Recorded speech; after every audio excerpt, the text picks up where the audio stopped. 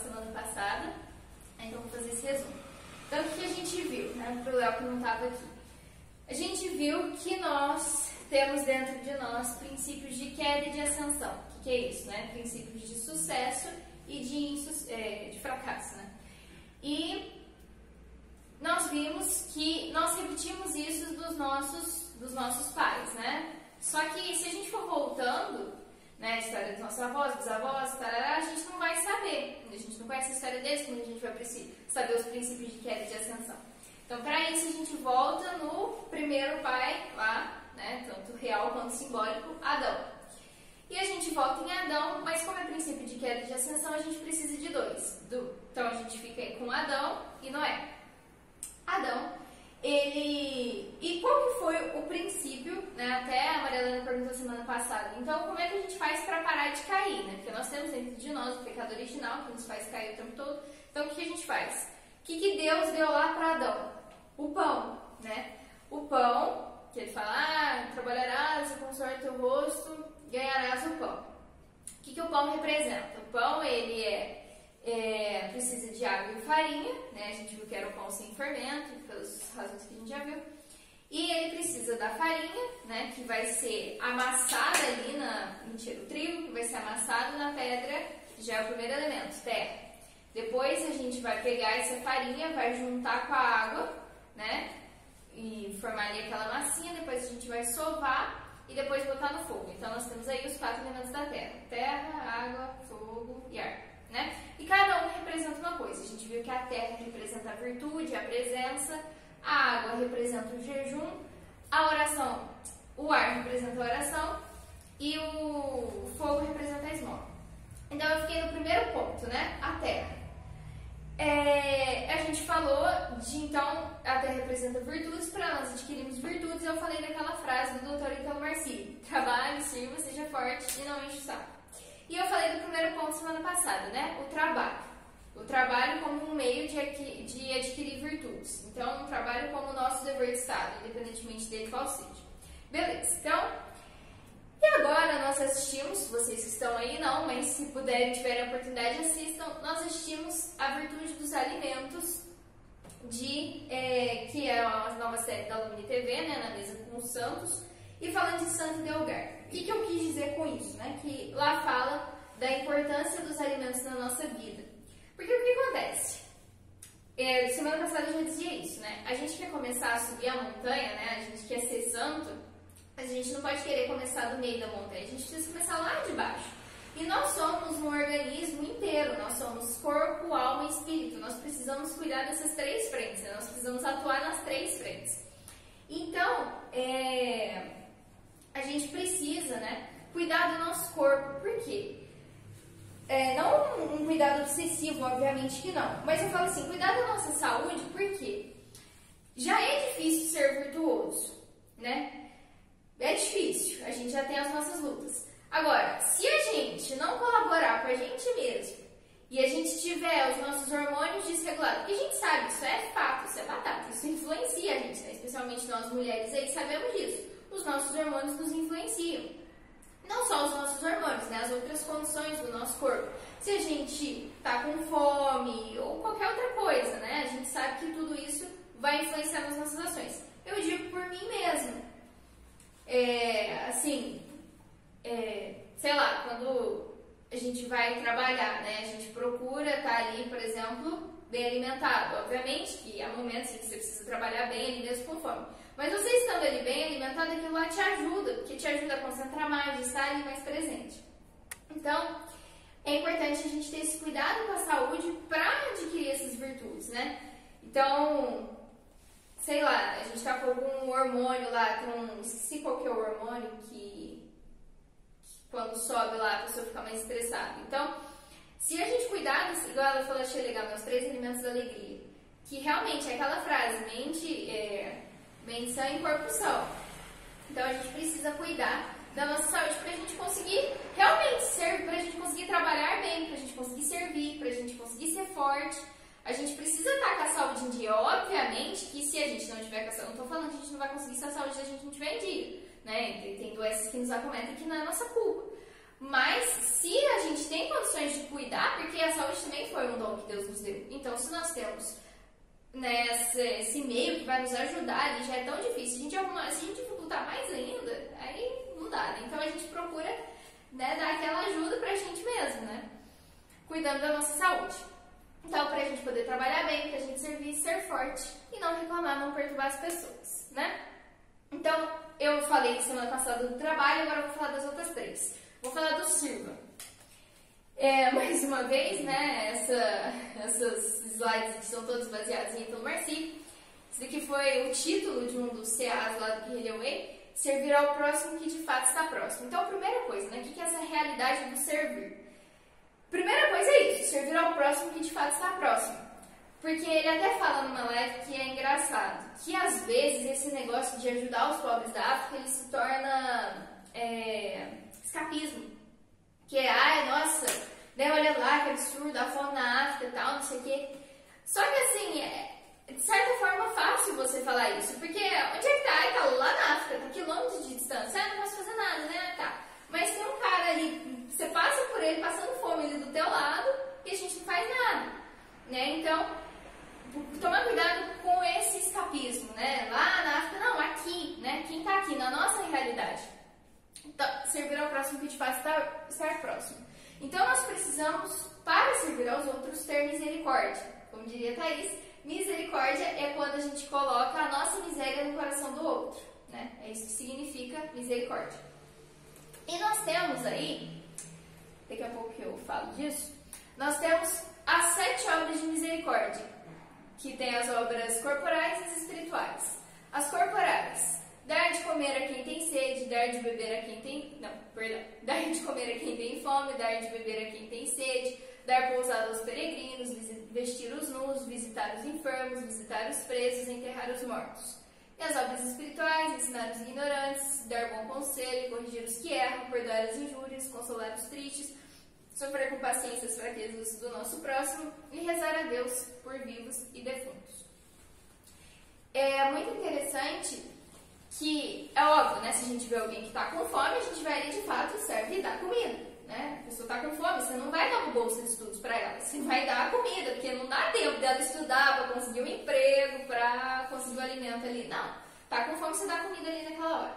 Se tiver a oportunidade de ajudar de alguma forma, dando uma bolsa de estudos talvez, ótimo, que maravilha, né? Mas, naquele momento ali, você vai dar mesmo, na hora de beber a quem tem sede.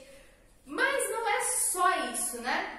Por exemplo, às vezes nós vemos nos próximos, assim, os próximos mesmo, pessoas da nossa casa, nossos familiares, irmãos, sei lá, porque avós, professores, pessoas que convivem com a gente. Às vezes você vê que aquela pessoa ali está necessitada de às vezes de um ouvido ali para ouvir. É uma forma também de servir. Visitar os presos é muito bonito. Ele falou assim numa live que a gente... É difícil, né, a gente ir lá na cadeia, porque tem burocracia estatal, tem um monte de coisa e tal, e às vezes não dá pra gente ir de fato na cadeia. Mas aqueles que estão presos, assim, presos dentro das suas próprias fantasias, presos de um monte de confusão, assim, e você vê ali, se você vê por fora, às vezes dá uma luz ali e fala, cara, não é assim, né? Ai, nossa, ali, ó, fulano tá fazendo isso assim comigo, tá? Ah, não, olha, você vê a situação de fora, às vezes, você consegue dar um conselho quando você consegue fazer isso, né? Então, ajudar as pessoas que estão ao nosso redor mesmo, e às vezes, não só ouvindo, dando conselho, mas isso fazendo alguma coisa prática mesmo, né? Você vê, sei lá, sua mãe tá toda tarefada, precisando fazer um monte de coisa. Você vai lá, ajuda aqui, sei lá, ajuda com uma louça, ajuda fazendo alguma coisa. Tomar iniciativa, né? Às vezes ninguém te pediu, mas você vai lá e faz. E importante, né? A boa vontade, ela sempre vence. Que é o título, inclusive, de uma live. A boa vontade, ela sempre vence. Por quê? Quando a gente tem... A boa vontade, ela não significa só fazer bem, né? Eu posso fazer aquilo com perfeição, mas eu posso fazer sem boa vontade. O que é a boa vontade? É aquele movimento do nosso ser de amor mesmo, que quer lhe servir, que está ali para o outro. E isso é o que realmente nos faz humanos. Porque ele falou assim, se você faz bem, uma máquina de escrever faz bem, faz até melhor que você, tem uma letrinha melhor que a sua. Os objetos fazem as coisas de forma perfeita, de forma que muitas vezes nós não fazemos. Só que quando a gente se porta da nossa melhor forma humana possível, quando a gente dá o nosso melhor e nós nos tornamos cada vez mais humanos, nós humanizamos também as pessoas que estão ao nosso redor. Porque muitas pessoas falam assim, mas tem um limite para isso também, né? Porque senão as pessoas vão vir querer montar em cima de mim, porque a gente não pode fazer isso, eu não posso ser feito de idiota. Só que às vezes, você nunca, quando você está servindo, em absolutamente momento nenhum você está sendo feito de idiota. Só que às vezes a gente se preocupa com o que o outro vai pensar da gente, e aí o outro vai ver a gente como idiota. E aí a gente se preocupa em ser, né, o ser ou não ser ali, em ser realmente, servir ali, né, ser uma boa pessoa, ou simplesmente se preocupar com uma ideia de que o outro vai formar de mim, não importa. Sabe, você vai ali e vai servir com um sorriso, com o coração aberto, você vai se doar, você vai se entregar naquilo. Tá, o ser forte. O que é esse ser forte? O ser forte é aquele que ele tem a capacidade de dizer a verdade, independentemente de qualquer coisa. Só que dizer a verdade, ele até cita, né? Se eu parar de encher a lábio nesse momento, você vai fazer besteira. Que ele fala assim, por exemplo, descobri que, sei lá, tem algum caso de traição na família, eu vou lá, vou falar, porque o doutor então falou que tem que falar. Às vezes não, porque às vezes aquilo não te diz respeito, você só vai piorar as coisas, aquilo não é culpa sua.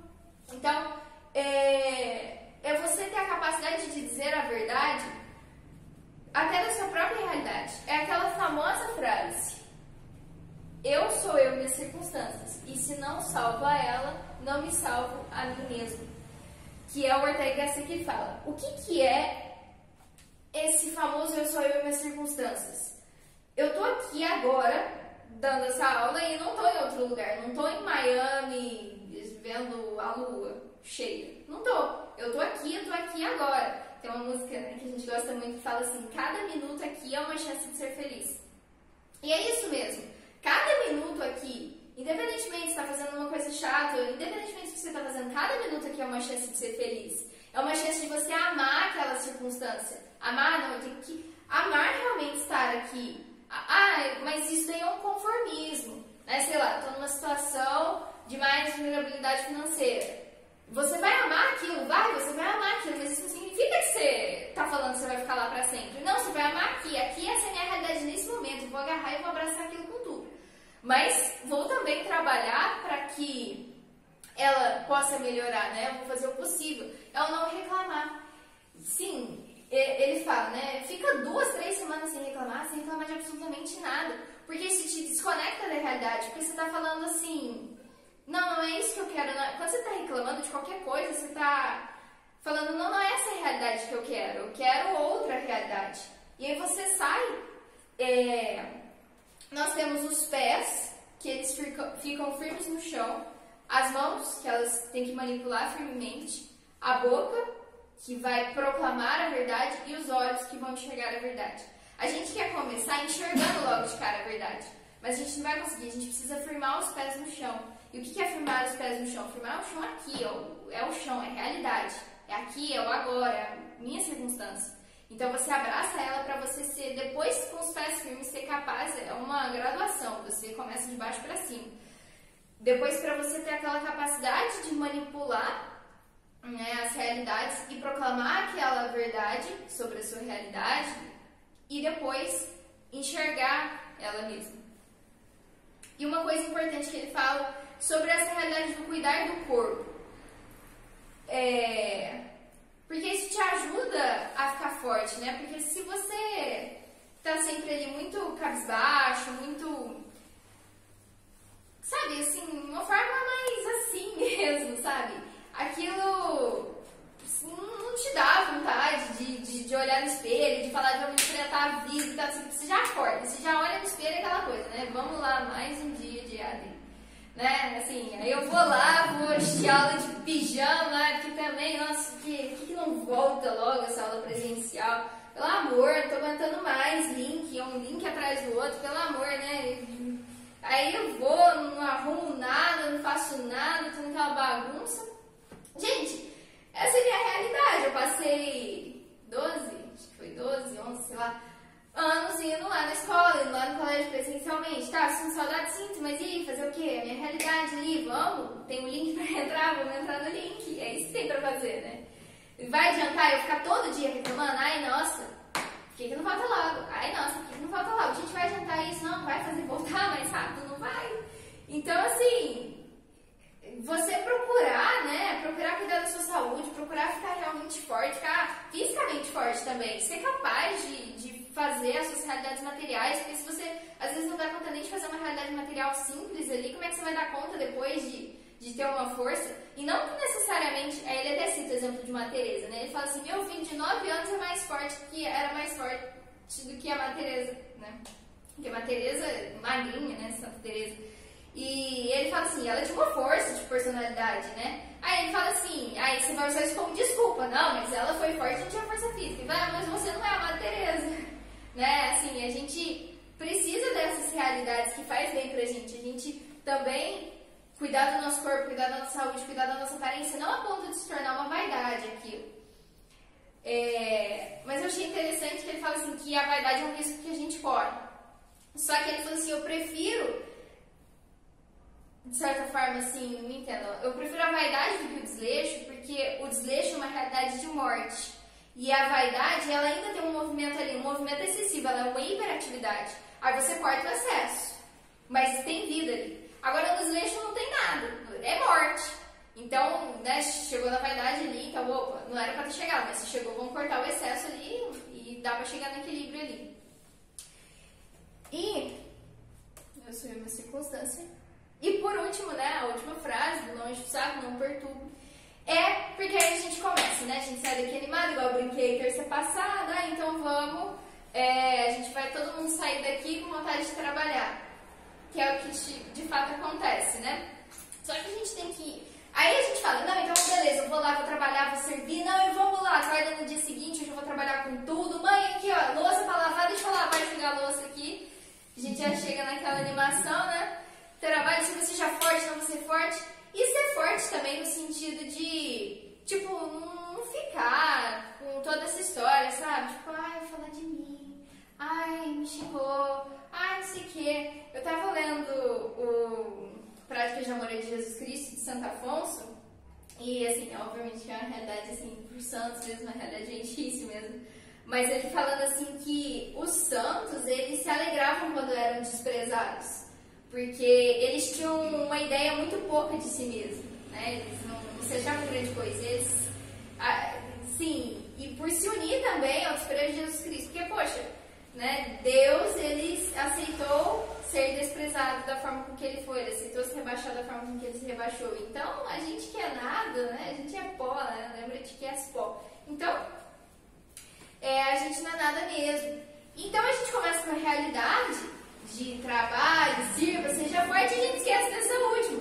Porque a gente vai começar a ter, a gente tem a tendência de fazer o quê? Isso é muito sério pra gente aqui que é católico, que já tá aqui, que já tá estudando. Porque quando a gente tem, isso geralmente entre os jovens, né? Mas quando a gente tem aquela primeira conversão, que a gente sai, sei lá, a gente tá numa realidade de vida louca mesmo, aquela vida louca, drogas, bebidas, né? Aquela loucura. E aí a gente tem aquela conversão grossa, assim, né? A gente tira o grosso, né? Muda ali. E assim, às vezes a gente não tem mais tanto certas tendências ali, sei lá, alguns, não tô falando que a gente nunca cai em pecados contra a castidade, mas às vezes talvez aquilo não vai mexer tanto com a gente, talvez, né? Pode mexer sim, lógico, né? Mas talvez ali em relação a alguma, sei lá, relação com o namorado, alguma coisa assim. Mas, quando a gente está nesse meio aqui, a gente tem uma tendência muito, muito, muito forte de cair na soberba. Isso, assim, é uma tendência da gente começar a se achar melhor, da gente começar a falar, nossa, olha, aquela pessoa... muito engraçado, né? Porque a gente começa a trabalhar bem. A verdade é que a gente não fez mais que a nossa obrigação. E não fez mesmo, porque era o que a gente está fazendo ali. É o mínimo você estar trabalhando bem. Poxa, ali você está fazendo, você tem que fazer bem, né? Servir também, a gente não está fazendo nada mais que a nossa obrigação. Mas aí a gente começa aqui a cobrar dos outros, a gente começa a ser soberba e começa a querer achar, pô, aquela pessoa ali não tá trabalhando bem. Mesmo que a gente não fale, às vezes a gente fala, começa a ficar chato, começa a encher as pessoas, mas às vezes a gente começa a julgar também mentalmente. Mas a gente tem que ter essa humildade, porque às vezes faz 2 semanas ali que você conseguiu fazer um trabalho bom, que você acha que é bom, mas às vezes nem tá tão bom assim, é o mínimo ali, né? E aí, seja 2 semanas você já quer cobrar do outro, vamos loucamente, vamos trabalhar você aqui. E né, não é assim, né? A gente tem que ter a paciência, a misericórdia. Tem até um caderno de ativação lá que eram umas perguntas assim para você responder. Aí uma pergunta era assim, a sua colega de trabalho vem reclamar, não lembro o que era, mas era alguma coisa tipo, a sua colega de trabalho vem reclamar que tá cansada, não sei o quê. E aí tinha A e B. Ah, você ouve ela com o coração aberto, tem compaixão e não sei o quê. Aí a B era, você fala pra ela parar de reclamar, ser forte e falar pela má circunstância dela. Porque a gente tem essa tendência, assim, às vezes não é tanto nem por maldade, porque a gente vê aquilo e a gente quer espalhar pro mundo inteiro, né? Não, você é forte aí, não sei o quê. E às vezes a gente entende que a gente demorou aquele processo, né? Porque a gente demora pra pegar as coisas, né? E às vezes a gente quer que o outro pegue ali no estalo, e não é assim. Então, o que é nosso natural mesmo? O que a gente tem para oferecer para as pessoas e para Deus é pecado e miséria. É isso mesmo que a gente tem para oferecer. E muito interessante, tem uma frase assim, que quando vierem os aplausos, lembre-se de um vexame público que você passou. E quando vierem os elogios, lembre dos seus pecados e misérias. Aí ele até fala nessa live que ele é muito conhecido, né? Ele mora no Rio de Janeiro, ele falou, fui na praia 1 quilômetro aqui, era 10h34 da manhã. Aí ele falou assim, fui na praia aqui, 10 pessoas me pararam pra tirar foto comigo. Ele falou assim, sem brincadeira, foram 10 pessoas. E aí ele falou assim, que a cada vez que elas vinham me agradecer, ele encontrava com elas, saudava o anjo da guarda, assim, mentalmente, né? Tudo, saudava o anjo da guarda, fazia uma oração rápida para aquela pessoa, para que não fosse fogo de palha, para que ela continuasse no caminho do amor e tal, e sabendo que não dependia dele, né? Que ele podia influenciar, mas depende, né, da graça de Deus e de cada pessoa, e que ele lembrava de todas as faltas que ele tinha cometido naquele dia. Ele fala assim, são 10h30 da manhã, eu acordei 5h30, nessas 5 horas já tive falhas e pecados aqui durante esse dia. Isso é muito interessante, né? E eu ia falar mais uma coisa, que agora eu esqueci. Tá. Eu vou citar aqui agora, né? Não podia faltar, a Santa Teresinha do Menino Jesus, que ela foi assim, ela com certeza foi uma mulher forte. Quando ela tinha 4 anos, a mãe dela faleceu e ela se tornou uma pessoa extremamente sensível. Extremamente sensível. Ela não suportava ficar em ambientes com muitas pessoas. Ela, não sei se ela chegou a ter assim, alguma doença psicológica, alguma coisa assim, mas ela chorava muito. E ela chorava, depois chorava por ter chorado. Ela fala isso aqui no livro, assim, ela era muito chorona.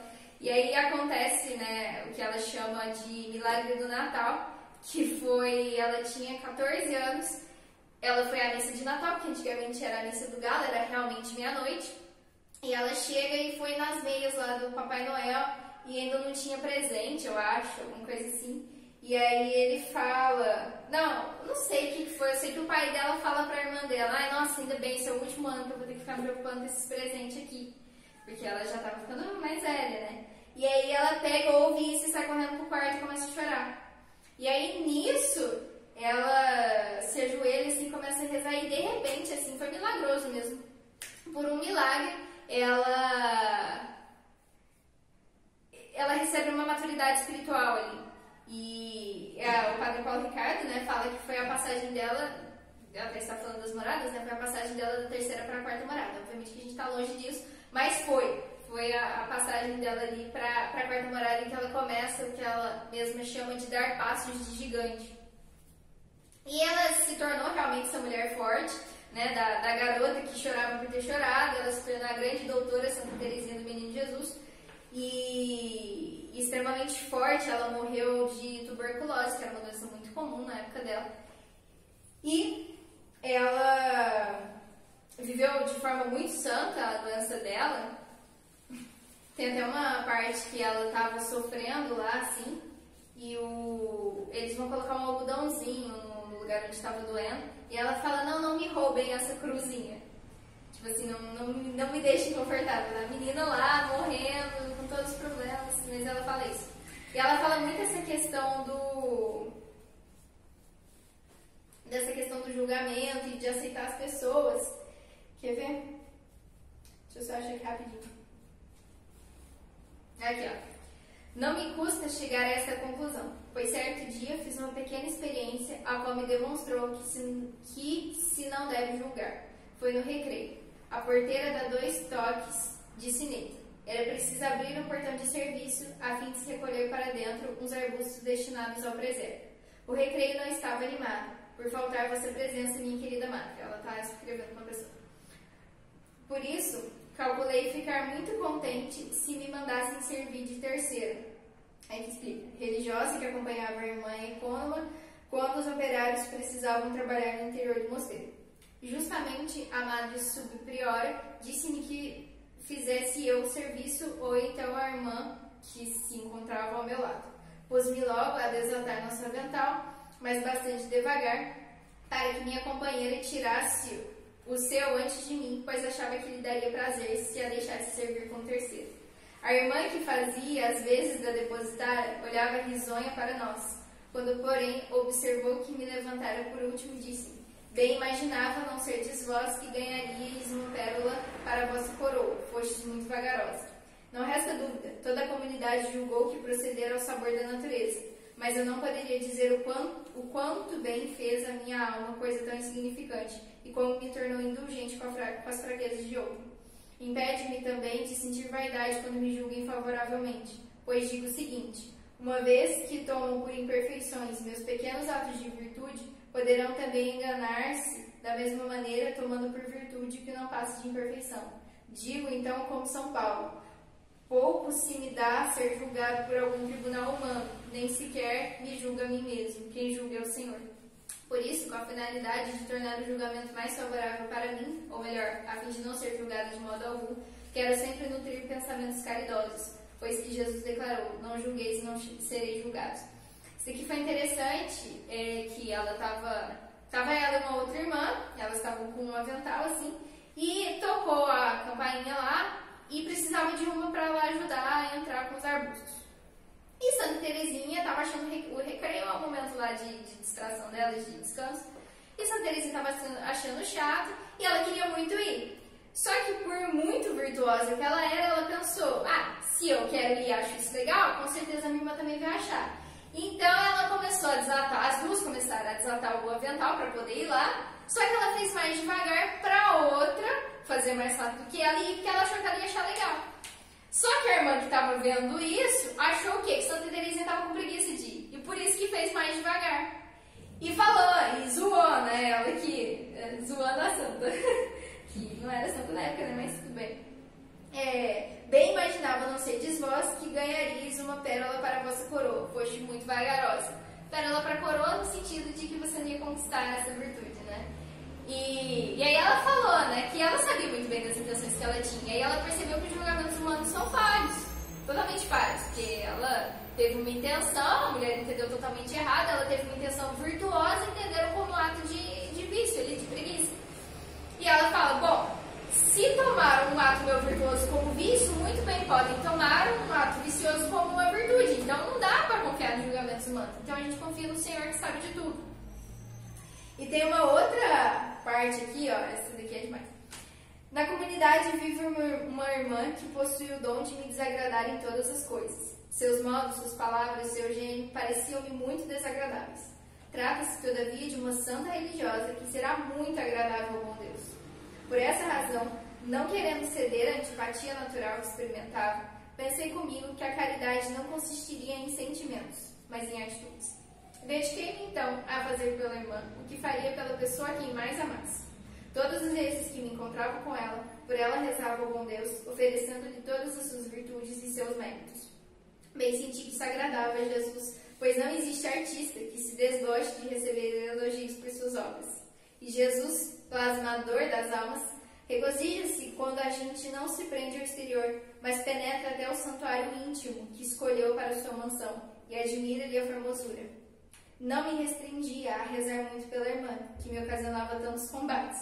Fazia por lhe prestar todos os obséquios possíveis, e quando tinha tentação de responder-lhe de modo desagradável, contentava-me em lhe esboçar o mais amável sorriso, forcejando por desviar a conversa, pois a imitação de Cristo diz que mais vale deixar cada qual com seu modo de pensar do que obstinar-se em contestá-lo.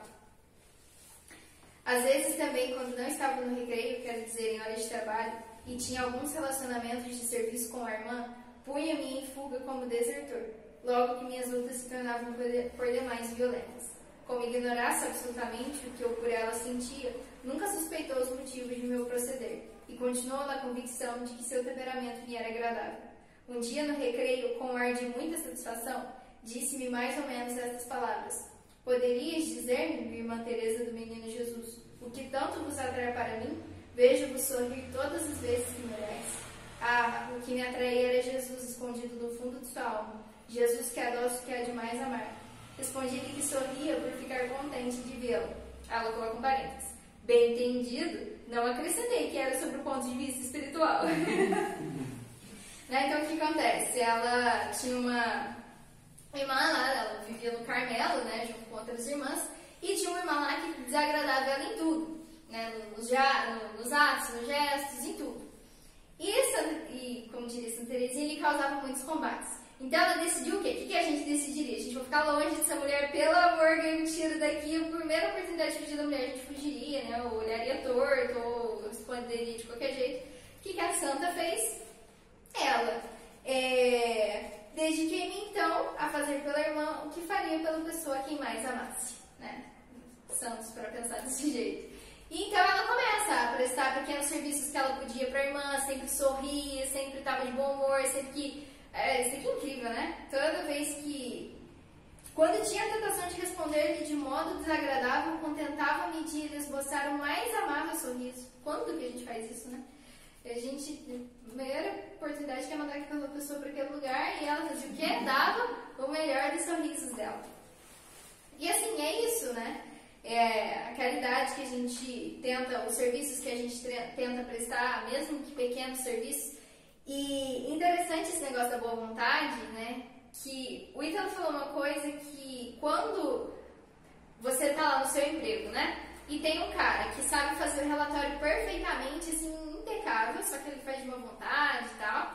Mas tem um cara ali que faz um bom relatório, mas assim, é um cara de gente boa ali, de boa vontade. Ele falou, provavelmente esse cara vai ser promovido e o outro não. Ele falou assim, que o outro vai virar e falar assim, porque é por isso que o Brasil tá desse jeito, porque não tem meritocracia, não sei o quê.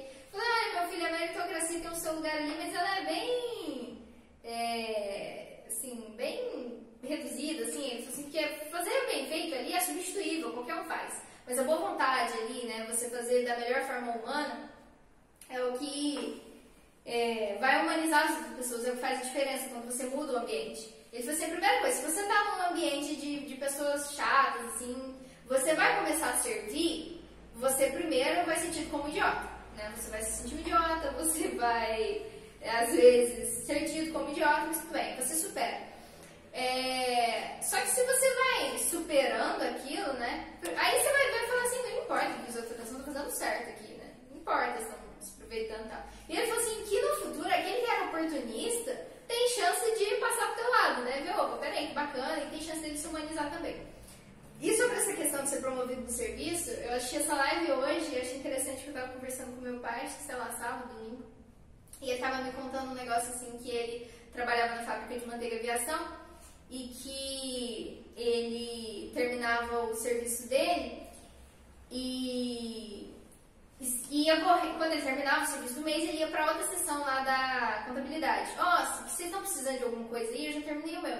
E ele falou assim que queria aprender. E o Ita fala justamente isso, que os outros vão te ter como puxar saco. E aí ele ia lá e falava, vocês precisam de alguma ajuda? Ele falou assim que queria aprender, ele ia lá e ajudava, né? E os outros falavam isso pra ele, puxar saco, você nunca vai conseguir o lugar desse pessoal que tá lá. Ele falou, meu filho, eu não quero o lugar deles não, eu quero ir lá aprender, tá? E aí ele foi, aprendeu, e tinha um cara lá que era muito mais velho na contabilidade.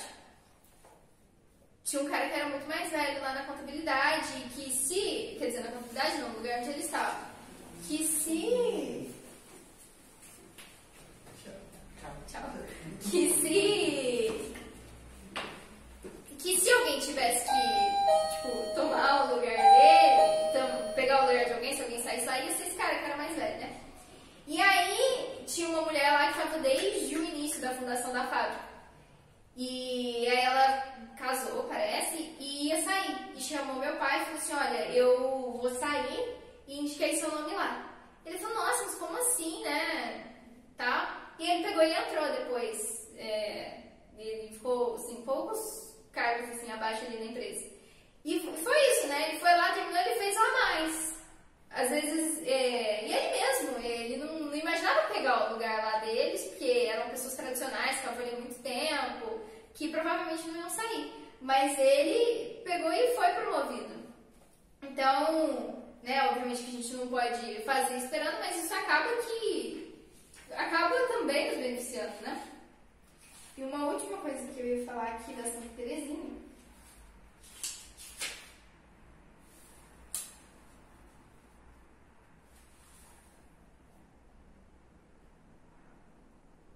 Assim, e essa questão, né, que a caridade ela não é sentimento, apesar da gente, né, então ela não sentia, ela mesmo falando, ela via sob o ponto de vista espiritual, ela via Jesus ali na alma daquela irmã, mas ela não tinha afetos, né, não necessariamente a gente precisa ter afeto para quer dizer que a gente vai servir e amar, né, a gente deve amar e fazer o bem para aquela pessoa e procurar ter sempre essa boa vontade.